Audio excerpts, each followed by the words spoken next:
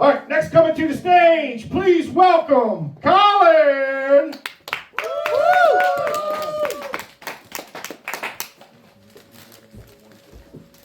Hey everybody, how's it going?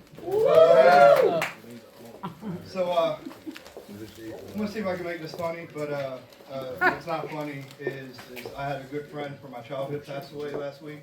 Yeah. Right? There you go, Tom. So I moved around when I was a kid a lot, and I met him when I was around 8. We did everything together as long as what he wanted to do. So a lot of WWF, like Ric Flair fans out there. He'd like that.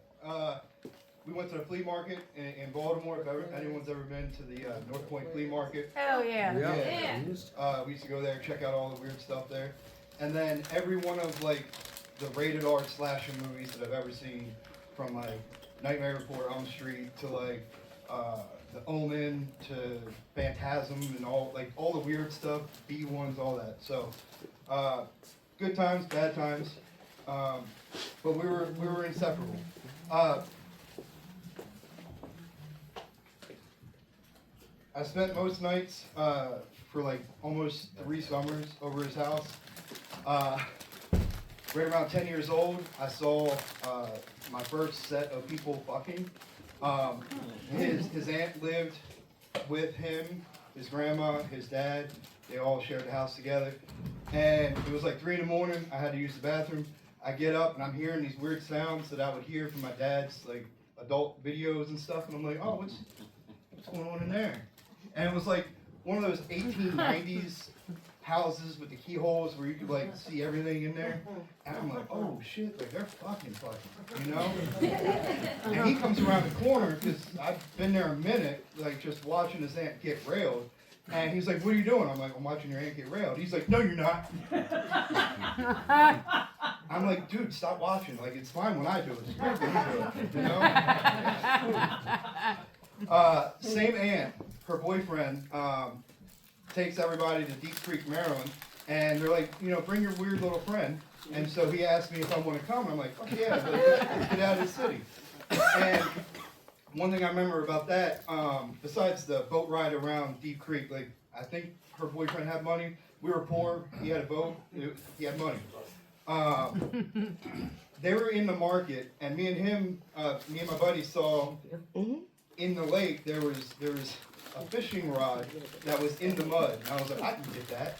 And I don't know if y'all know about like low tide and shit, but like mud is deep and everything. So what I remember is like running down there and my boot getting stuck and then getting the next one. I'm like, oh shit. And I'm feeling like Homer Simpson a little bit where I'm like, oh, I'll just get everything out by going and grabbing it.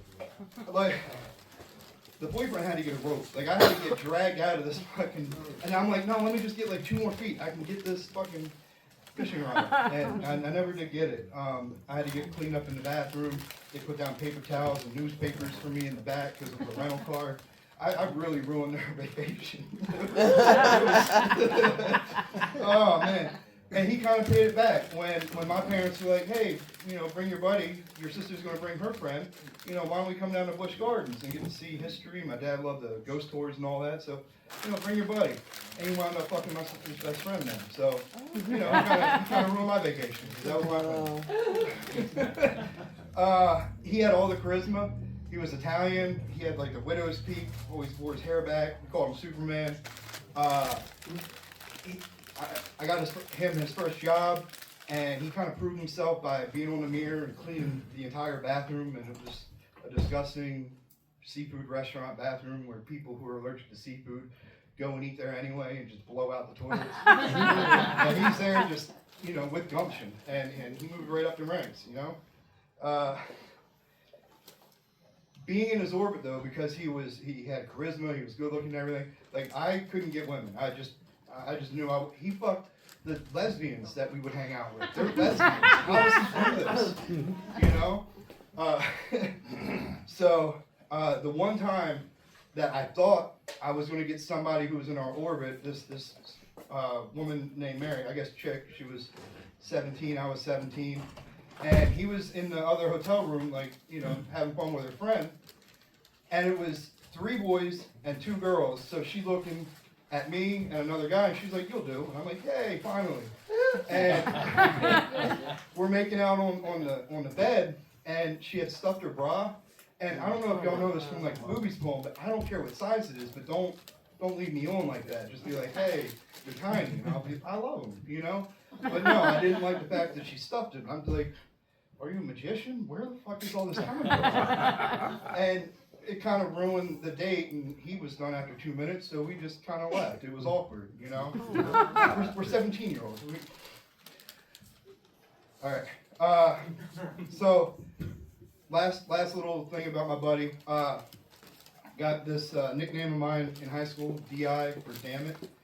And we used to ride around a lot, kind of like Ben Stiller and Zoolander, like a bunch of goose pouring gasoline on each other.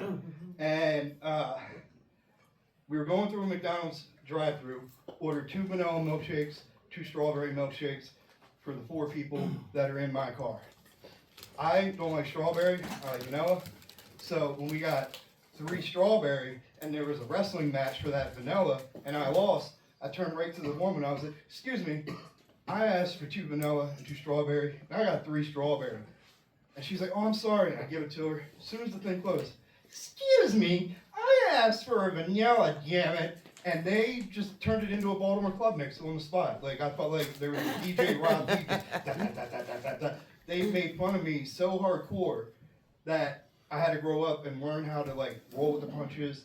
If they're making fun of me, they're not making fun of somebody else, and it's actually kind of funny. So he taught me life lessons. He did pass away from hard drugs, so if you're gonna do drugs, do like weed and maybe some mushrooms or something, or don't listen to me and tell me to go fuck myself, whatever. But yeah, that was my buddy growing up, and yeah, maybe I'll share more stories later about him.